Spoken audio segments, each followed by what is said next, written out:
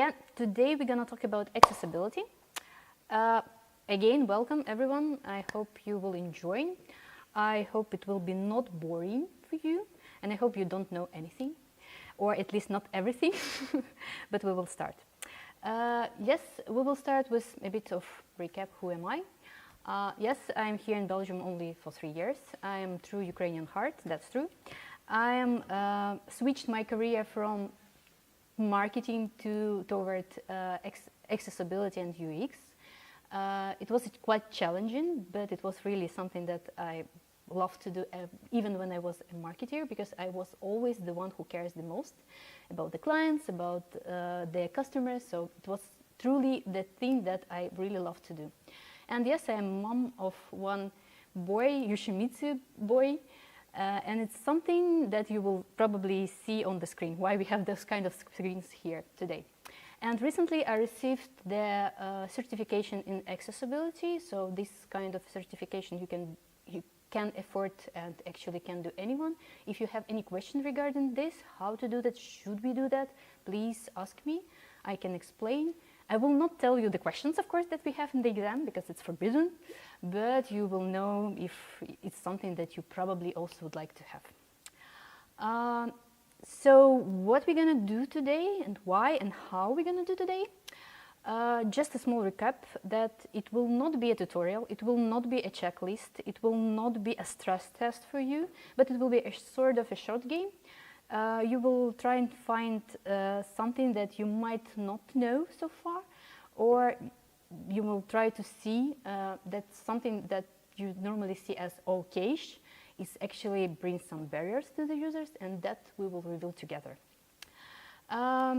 Why we did it? Because actually, yeah, accessibility events are often really boring, to be honest, and always reduced to some kind of color contrast and some kind of demonstration of the scenes from some voiceover things.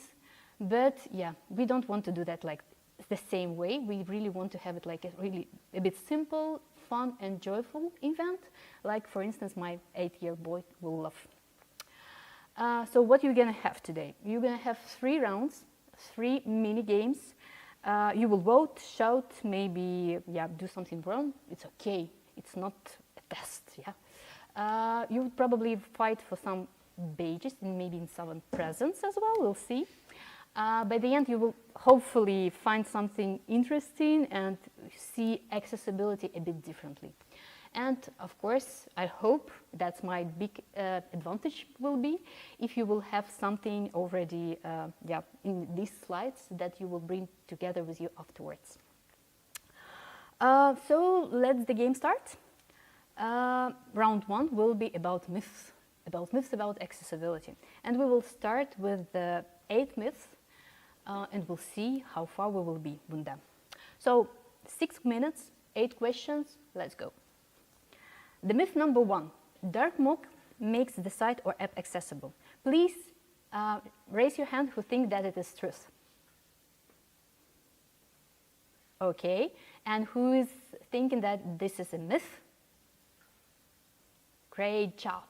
Yes, it is not the accessible feature.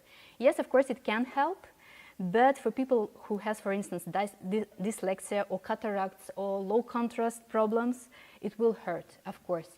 And we always need to consider and give the user the options and actually, bring the choice to their hands. So it's a good thing, but not always. Please be careful with this. Okay, let's go further. Yeah, we have WCAG or VUCA compliance and standard. And do we think that if the website is compliant with this standard, is it already accessible? Please raise your hands who is thinking that it is. Okay, Katie? Yes? Yes, yes, yes. Okay, and who think that it's not? That it is myth? Okay, let's see. Yes, sorry, it is a myth. Unfortunately, it is a myth. Of course, we can do good things with the compliance, and of course it is really important, especially now when European Accessibility Act is coming, that you need to know that WCAG or WCAG standard is really a baseline. There are a lot of things that is not covered by the WCAG standard, and we need to think about them really carefully when we apply or when we say to the clients or to the team that, okay, the website or application is compliant, but it's not accessible at all. Okay, let's go further. Accessible forms only need labels and focus state. Is it truth? What do you think? Who think that it is? And who think not? Yes, good job. It's of course myth, because with the forms we need to do much more than just labels, much more than just input fields. We just need to think about error messages, we need to think about grouping of the elements, we need to think about indicators, accessible validation, and much more things that should be applied with the forms. In this case, yeah, of course, usability overlapping with accessibility, that it is a good thing, right? Okay, animations should always be avoided for accessibility. Who think that it is truth? And who think that is not? Yeah, good job. Of course it is myth, because we can do always something that with with animations, and if we don't have a possibility to bring user with a feature that can stop the animation, it will harm, of course. But we can also do good things with the animations. For instance, we can do some thoughtful things and bring some cognitive user with orientation based with with accessibility, with animation. So of course it is a myth. So far so good? Yeah? Okay, great. Going further. Accessibility issues originate in design tools and component libraries. Who think that it is truth?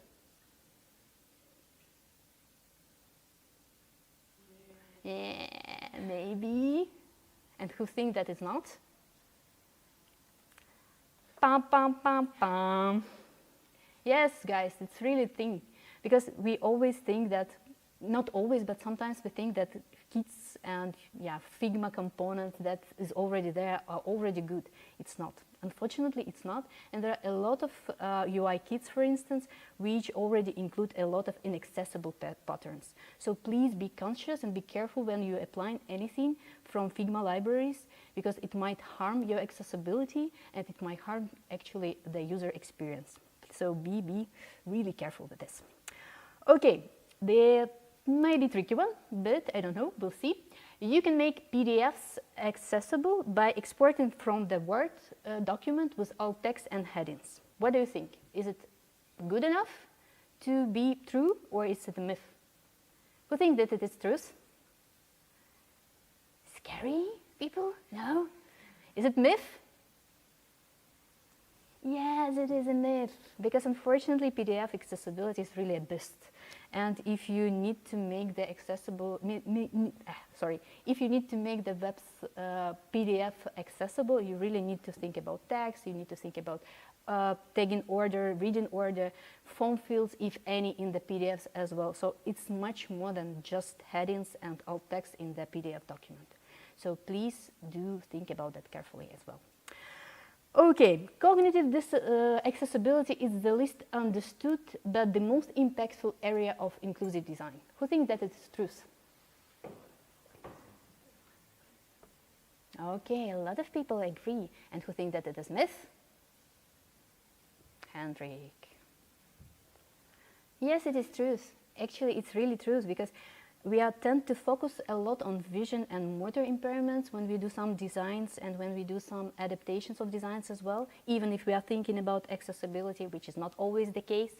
But things like dyslexia, dyscalculia, ADHD, traumatic injury of someone's brains, it's really something that we always overlooked, but it really helps a lot. When we do think about it, it's really helped a lot of people, a lot. And for instance, if we are talking about some specific even data points, like about almost 300 million of people have sort of an anxiety disorder already now. And the dates, I think it was from 2017 even. So even more than we think already of people have already this kind of issues, and it's growing. Unfortunately, with all of the disasters that is happening in the world, the numbers of those people are really growing. So don't think about accessibility only from the visual impairments or motor impairments point of view, but always think about other people who also in this group. Okay, and the last one in this round, so to say, people with disabilities don't use complex apps like dashboards or analytic tools. Who think that it is truth? Nobody. And who think that it's myth? Yes, exactly. It is a myth, of course, because we are really diverse, and people from with disabilities are also diverse. And if we are talking about this possible disabilities, and when we are talking about people, we understand that there are so many profiles of people who can be really involved in high position, in CS position as well. And for instance, even the latest WebIM research on salaries showed us that. So for instance, all people who were, not all, but a lot of people who were involved in the survey shows that they have quite high positions, and they really have a lot of experience. And if we are talking about what exactly they are doing, they include, they are working in departments where normally you have a lot of things to think, a lot of things to double check, a lot of things to recover from as well. So please, when we are doing something like that and trying to think who will be our audience, please don't overestimate or underestimate those who have some impairments as well. Okay, round one is done. How many myths have you busted? Who have busted all of them? Yes, yes, yes. Yes, I think so. Can I have one present for you? Katie, can you help me with this, please? Yes, thanks. Congrats! Yeah! Yes, but all of you also get this one. Please, please, please, please. Accessibility mythbusters, all of you already know. Yeah. Hooray, hooray. Okay, let's go further. We have round two, and it's like spot the fail. So gotcha, we'll see. 4 examples, and there were 4 broken cases, or not, we'll see.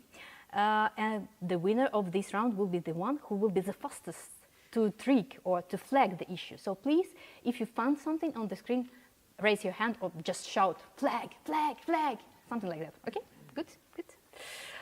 Okay, let's do that. Is it a nice form? Yeah. Yeah. There is no required. Yes. The text in the front. Yes, good. Good point. Anything else? It could be pre-filled, so it's been better. Yes, let's see. Anything else? Yes? I don't see any form labels. Good one. We're using the placeholder text as a form label, which is a big no-no. And I don't think the border around fields is probably not. Yeah. Yes, exactly. Anything else, perhaps? No? Typo? New name? Yeah. Call to action button. What is wrong with the call to action button? Yeah, It's a bit vague. yeah. Sorry. What's wrong with the... But it's not. Yeah. Right. Send, only send. It's a bit not. With icon. Yeah, icon is okay, but it can be tricky with the icon, of course. But yeah, we don't have any required fields. We don't have any labels. That's correct. We don't have good placeholder here. And what is also might be tricky here as well, these kind of things, they always miss the alt text. Or it should be hidden from the assistive technology, right? So these kind of elements should be always just a point of attention for us. So if we're going to fix it, we will have something like that. So all the labels there, required fields and instructions are there. Field names, some placeholders as well. Also better copy on the button. So these kind of things are already better. So it is a baseline. Of course, we are not talking about the development stuff, and we are not talking about what exactly should be there, like autocomplete, which is important, which is required for compliance of WCAG. And we are not even talking about the autocap, which is happening sometimes when you do some typing on the form and then autocap. It's really crazy. And it's really bring a lot of cognitive load for the user. So please don't do that, or please ask your developers not to do that. Okay, another case. Autoplay carousel. What do you think? No. Okay, no. Why no? People should really want to do what by themselves, not. Yeah.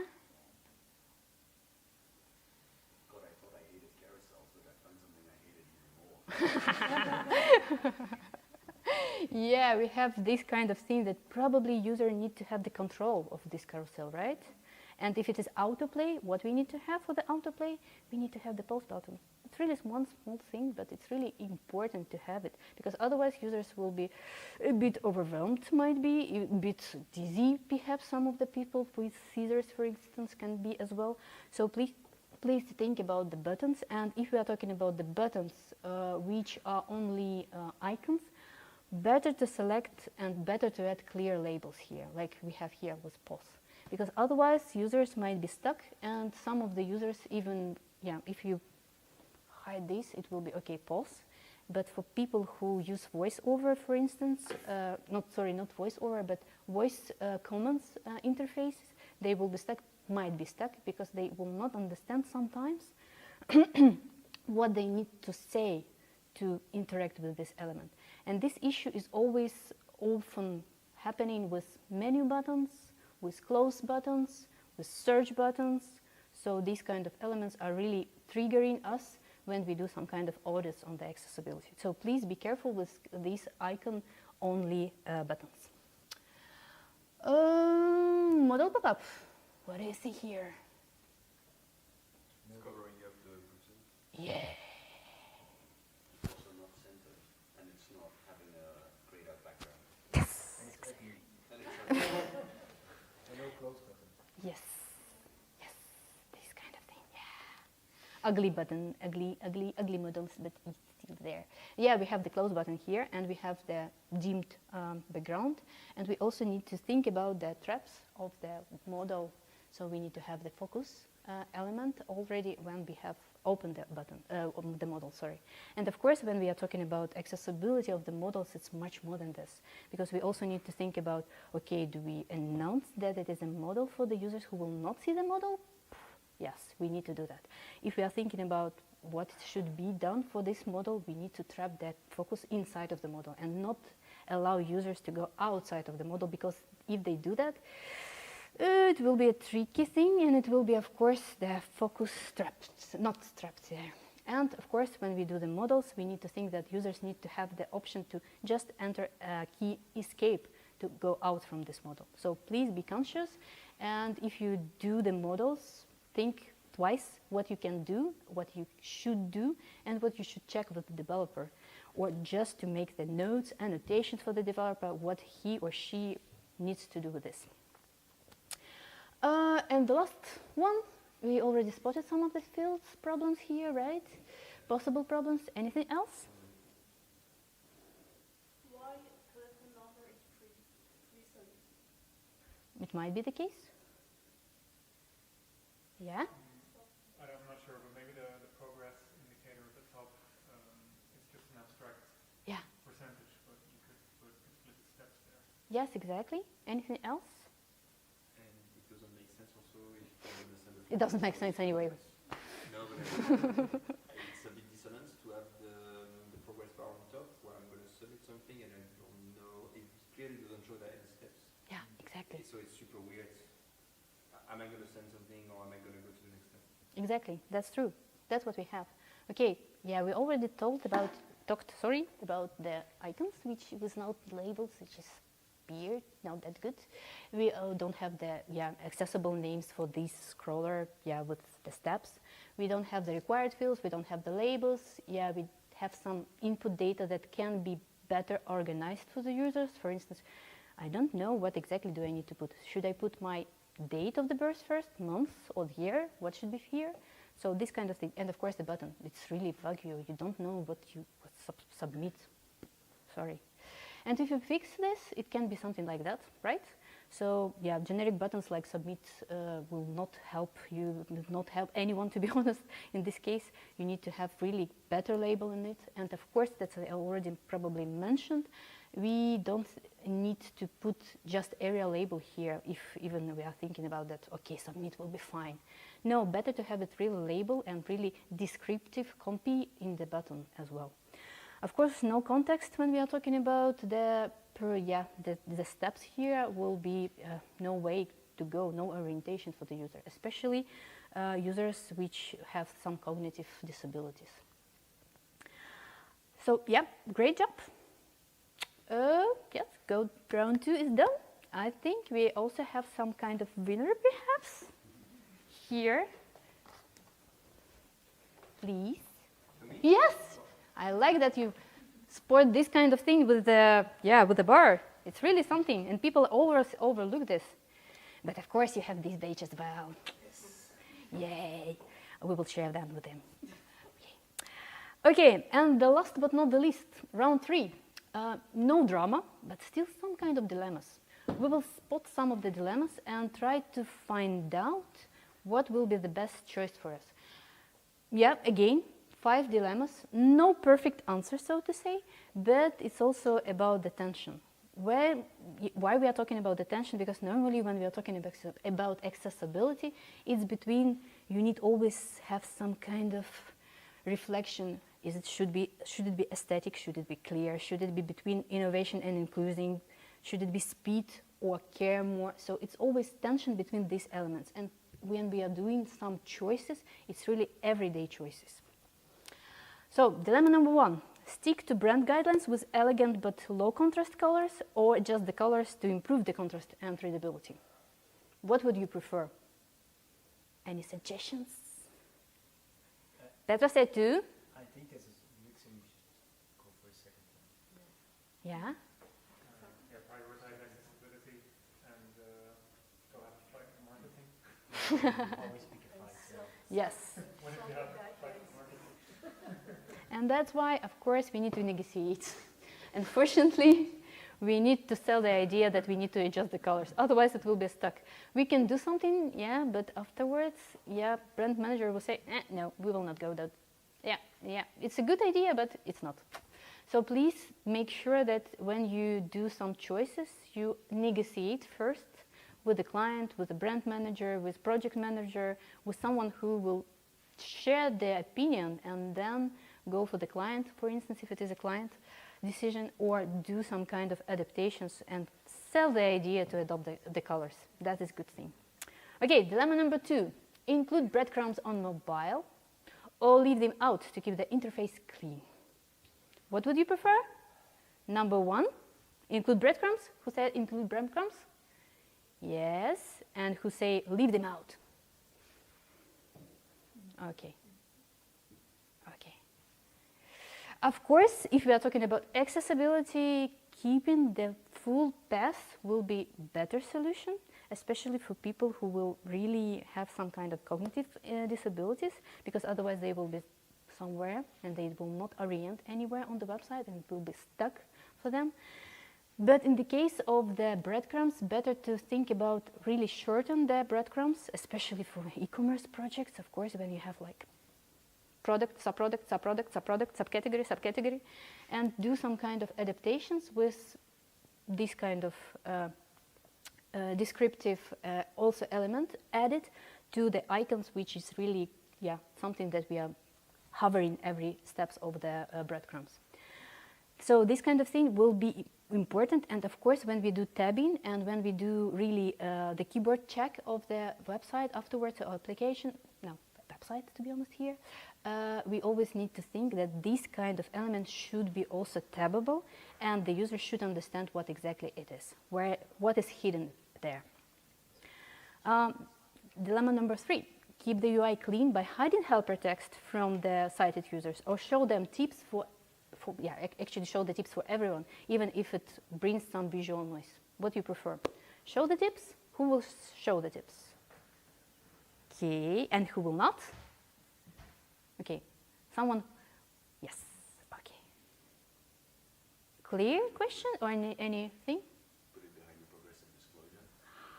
Perhaps, yes. Yes, best to accessibility is really to show them, And if you are talking about hide them, for instance, as you mentioned, it's always tricky because you need to provide the solution for the keyboard users as well to find this information. And always, not always, but really often we see the pattern that, for instance, some of the on-hover elements are really still there on hover, but it's not accessible via keyboard for the desktop navigation user.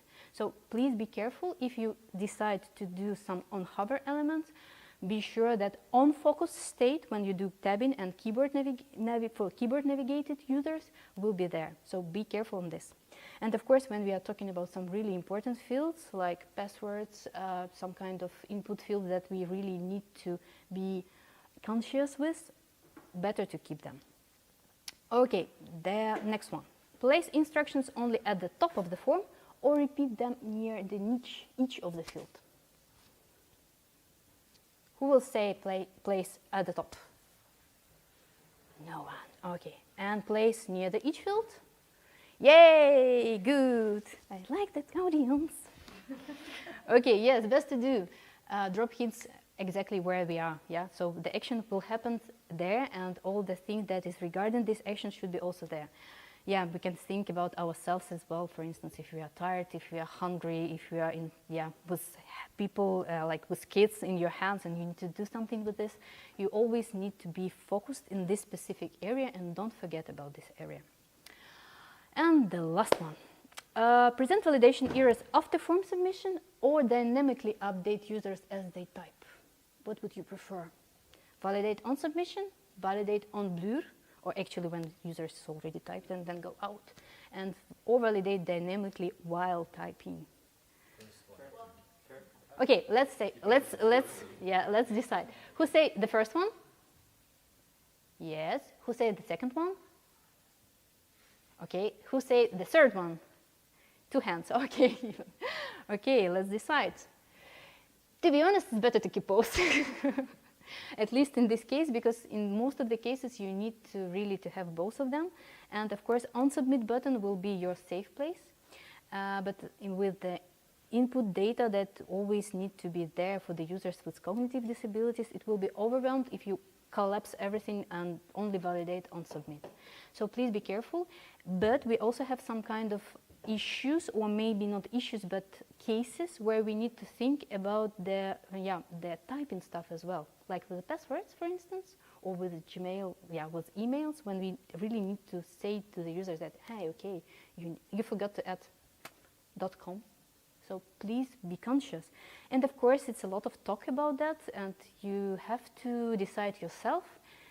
If we are talking about accessibility, this will be your best choice. But of course, you need to decide yourself. So that's why it is a dilemma, and that's why we need to balance a bit on this, but still some kind of best practice, so to say. Okay, you are here. That's it. You bring that regret no more jungler thing. Who think that they did everything properly? More or less. More or less. Okay, but we need another winner. Who say that I'm the best one? Nobody wants to say that, of course, but yes, okay. I will bring this to you. Okay, great. Yes, that's the thing with accessibility in the real world, yes. It's really the direct answer what to do. And it's in almost all of the cases, it's sort of a compromise. And we need to think about this compromise. And if we go and wrap up everything that we discovered today, for me, it will be really a great win if you already spot some surprising insight today. I hope that you find something interesting. If you will take something with you for tomorrow as a new habit, it will be a progress. We are not talking about that it will be perfectly from the very beginning, any issue will be solved from now on, but it's already progress, and it's really something that we need to take with us. And if you spot and unlock all 3 badges, please find the other challenge. Yeah, it's really simple, but it's something that can work for you. So please take your previous pattern, rethink and redesign it, post it, share it, and ship it. because actually, yes, accessibility is not the level you bid, but it's really agreement or commitment to play for everyone, and especially and for you first of all. Thanks.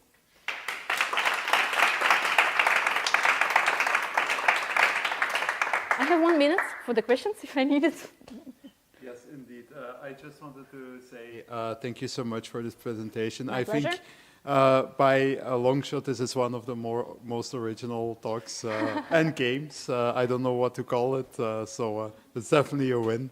So maybe to kick off with one question Yes. straight to you. So you already mentioned, like, don't just have it here, also start with it in your work. Like, if you say, if someone new comes in a company and nobody's busy with accessibility, what are the most crucial things a person can do to really get this started within the company? I have my microphone. Oh, yes. I think the most important is really to care.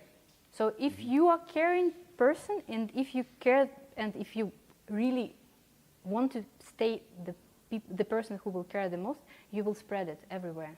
So please be this kind of person, and that will start the conversation, the talks inside of your organization.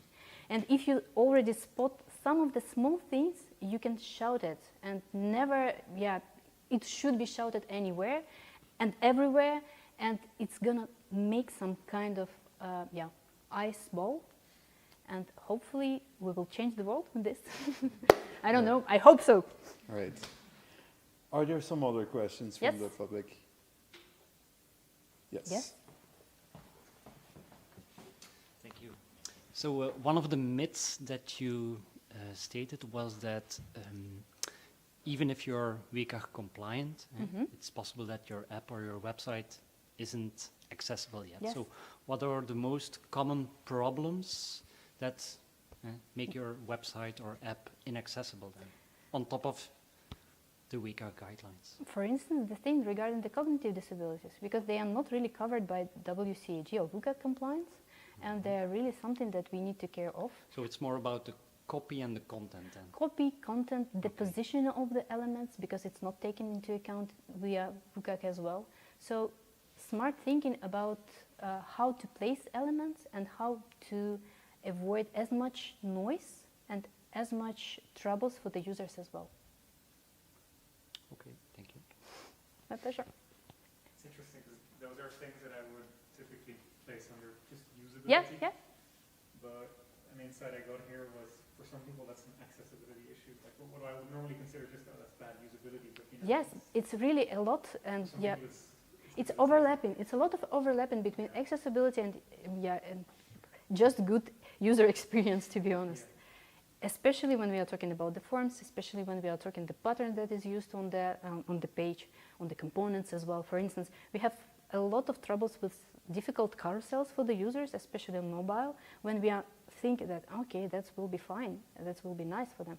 But when you really start thinking about how to implement that, and how to implement that for the better, not only UX, but also in a more accessible way, then you need really to think about that and to discuss with the developer, because sometimes it's not always us who fucked up, to be honest, but a lot of things are really regarding even bad briefings from the clients and implementation with the developers. So when we do the checks for accessibility, we do the checks at least twice. When we do the check of the website, when, for instance, we are doing the audit, for instance, and afterwards when the developers said that they fixed everything. So fixed everything is not always everything and not always fixed, unfortunately. And that's why it's also a thing that we need to educate ourselves, to educate our teams, and to educate our developers, because they think that they know everything sometimes, but sometimes it's bring more barriers for the users rather than lower the barriers. Right. Yeah. Maybe one last question? Yes. now I feel like I'm hogging the mic. Or, yeah. No. Is this on? Yeah, that kind of ties in with the question I wanted to ask. I come from enterprise software, like these gigantic platforms, 10, 20 years old, 20 archaeological layers of code deep. And then every 6 months somebody would come to me like, hey, design team, can you make us WCAG AA compliant? But as the design team, I always felt a little bit powerless with that kind of assignment, because I feel like most of the wins are actually in the code, like ensure ARIA labels are filled in properly, the sections are well, your markup is good, all of that.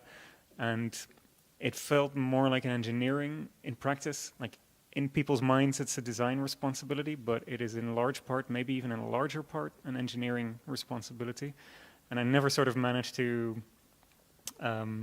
really get anywhere. So my question is, do you have any practical advice for all that? It's a difficult question, to be honest, because it's always a thing that you need, so to say, to sell the idea of accessibility, and to sell it not only for developers, but also for project owners and product owners, first of all. And when it's come from the question like, do we need to be legally compliant, or do we need to think about the users? And we need to, it's always a tricky thing, because you need to understand exactly what was the purpose of the question or the purpose of the request, so to say, to make this component or this page or this screen accessible. If it is only for the legal wise, so to say, it's a one question. If we really want to say, to make the platform, the screens, the pages accessible, it's a thing that we need to rethink in all the team, but not only development or only design thing. So I would start with the question, who asked the question and why? This kind of thing. Thank you.